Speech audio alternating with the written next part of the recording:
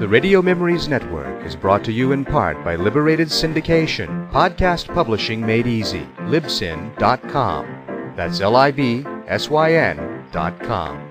Journeys into American history. A restless white youth raised by Indians, Natty Bumppo is called Deerslayer for the daring that sets him apart from his peers. But he has yet to meet the test of human conflict. In a tale of violent action and superbly sustained suspense, the harsh realities of tribal warfare force him to kill his first foe, then face torture at the stake. Still yet another kind of initiation awaits him when he discovers not only the ruthlessness of civilized men, but also the special danger of a woman's will.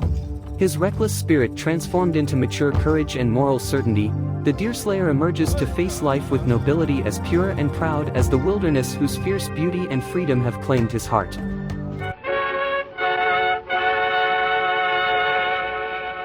You are about to hear another episode of The Deerslayer, dramatized and directed by Charles Frederick Lindsley.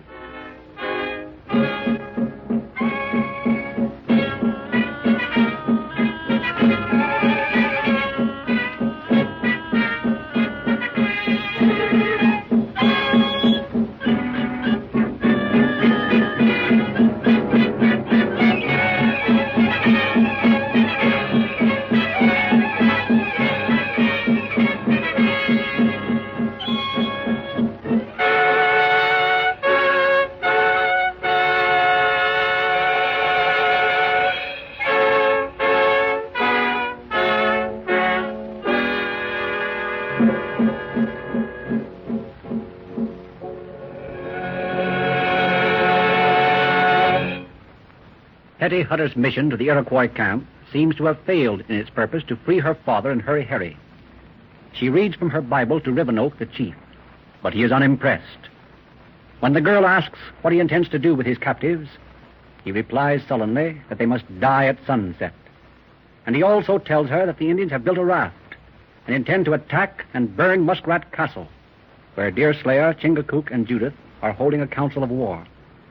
The present episode opens at the castle, where the three friends are facing a serious prospect. It is just after sunrise, and Deerslayer has gone to arouse the Delaware chief.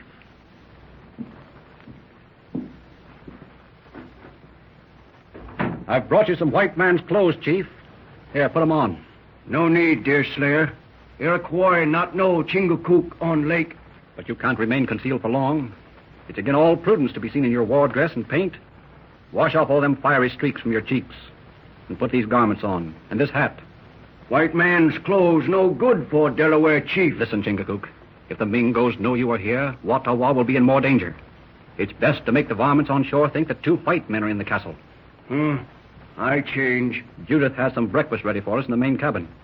Come in when you get civilized. Did you find it hard to persuade him, Deerslayer? He's a Delaware born, Judith. But when I used Wattawa as an argument, he came around. He seems very fond of his Delaware girl. Is she pretty, Deerslayer? The best-looking maiden in the whole tribe. You should hear her voice and see her when she smiles. And do you say she was stolen by the Iroquois? Just plain kidnapped when she was away with her father and mother on a fishing trip. Do the Indians love their children? The red man has the same feelings we do. Yes, they love their children. And Chingachgook loves his gal. That's why he's come to rescue her. Oh, this whole business is horrible. We must do something at once. Hetty will have no influence. She thought her Bible would convert the enemy, but she's probably a prisoner herself by this time. Did you tell your Delaware friend about the chest and the things we found? Not yet. But I have some of these elephant things in my pocket, and I'll show them to him when he comes. Well, here he is. Well, Chingachgook, the Mingos won't recognize you in that garb. Why, you look civilized as a Christian. My face is almost as brown as yours, and we could both pass as white men at a long distance. Yeah, sit down and eat while we make plans. Tell him about the chest, Judith. We've been trying to find things to buy Father's ransom, and we opened an old chest that he's always kept secret.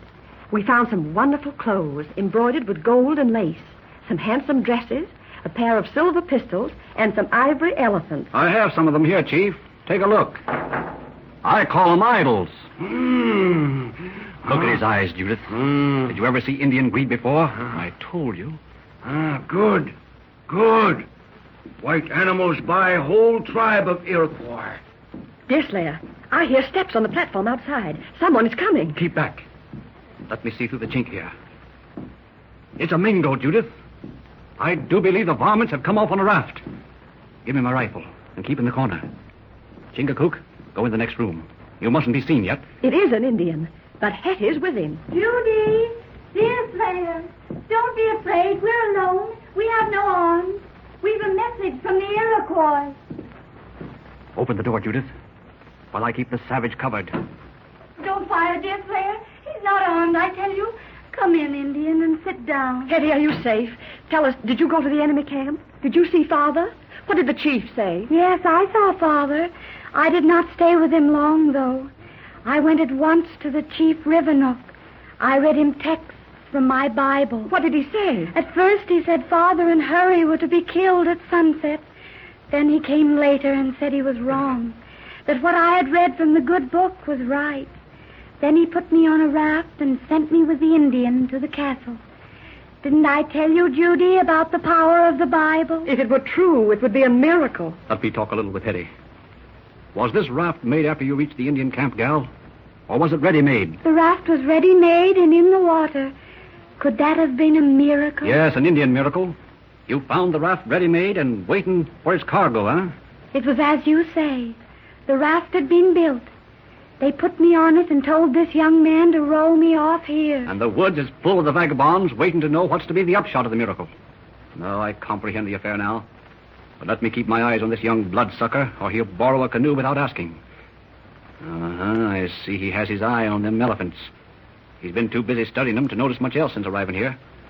Listen, Mingo. Forget them white elephants for a minute. I want to talk to you. Where t'other, pale brother? He sleeps. How did you know there was another? See him from shore. Iroquois got long eye. See beyond cloud. See bottom great spring. Can you tell me, boy, what your chief intends to do with their prisoners? Scalp. When? Tonight. Sunset. Why not take them to your wigwams? Wigwam full. Scalp sell high. Small scalp, much gold. That explains it. Now look here, lad. Those white men belong in this castle. See them white animals you've been admiring? You go back to your chief and say we will give him 2 of the ivory creatures as ransom, 1 for each scalp. Go back and tell him this, and bring me the answer before sunset. White man let Injun take one animal? Show, chief? No, your chief would never see it. You can tell him all about it. Now get out. But bring me the answer before sunset.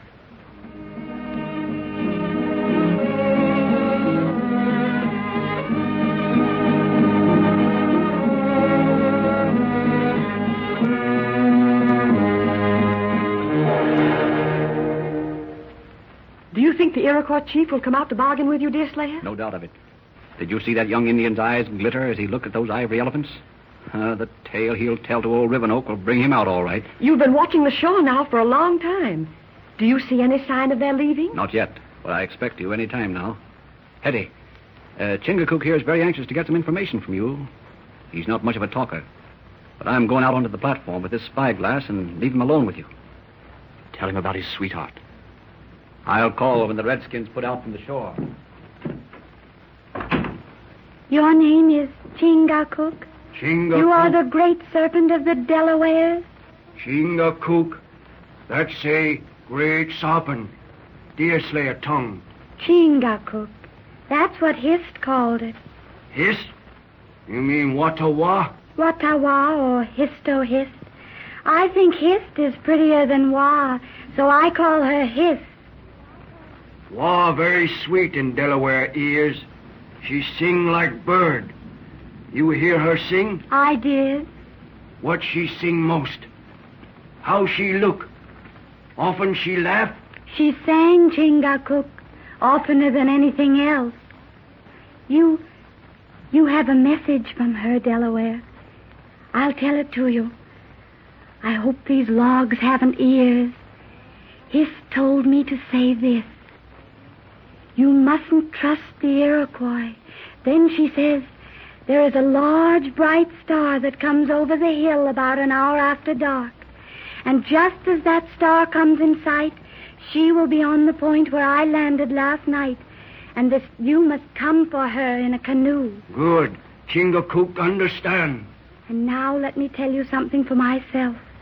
When you marry Hist, you must be kind to her and smile on her and not be cross as some of the chiefs are with their squaws. Always good to walk.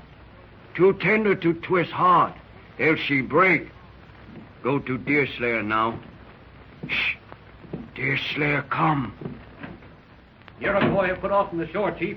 I want you to help me watch them. There's no telling what deviltry they're up to. Well, did you hear from Wattawa? Wa meet me tonight when Star come over hill. You help me rescue? That's what I came here for. This battle for Hutter's just an accident.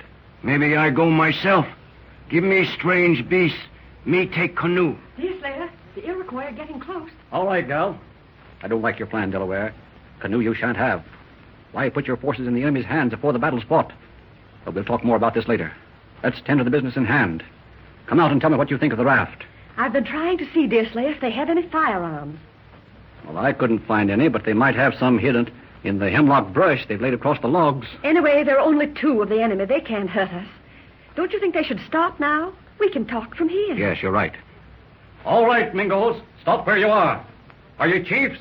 Or have the Mingos sent me warriors without names on this errand? My name Rivenoak, Iroquois chief. What's your errand? Why do you come on logs that are not even dug out? Iroquois no duck to walk on water. What pale-face name? One of your warriors who started for the happy hunting grounds yesterday morning gave me the name of Hawkeye because my sight happened to be quicker than his. My brother Hawkeye, he sent message to Hurons. Say he has beast with 2 tails. Show them to Rivenoak. Very well. Here, I'll toss you one. If it's not returned, this rifle will settle the point between us. Catch! Do you think he'll return it, Deerslayer? Look at them stare at it. They think it's an animal with 2 tails. It passes beyond anything they ever saw in these woods. Well, what do you say, Rivenoak? Has my pale-faced brother any more such beasts? Yes, but one's enough to buy 50 scalps. One of my prisoner, great warrior, tall as pine, strong as moose. Other prisoner very wise, king of this lake. I know, but a beast with 2 tails is worth 2 such scalps. But my brother has another beast. He will give 2 for old father. No, it's beyond all reason. 1 beast is enough. Rivenoak will not trade with Paleface. 2 scalps worth more than 1 beast. Here, take beast. We go back to shore. Oh, Deerslayer, tell him you'll give him 2. We don't want them. They're going back. Quick, tell him 2. Not yet, Judith. I think that when he has reconsidered, he will... Deerslayer, be on your guard. I can see rifles underneath the hemlock brush. And the other Iroquois is loosening them with his feet.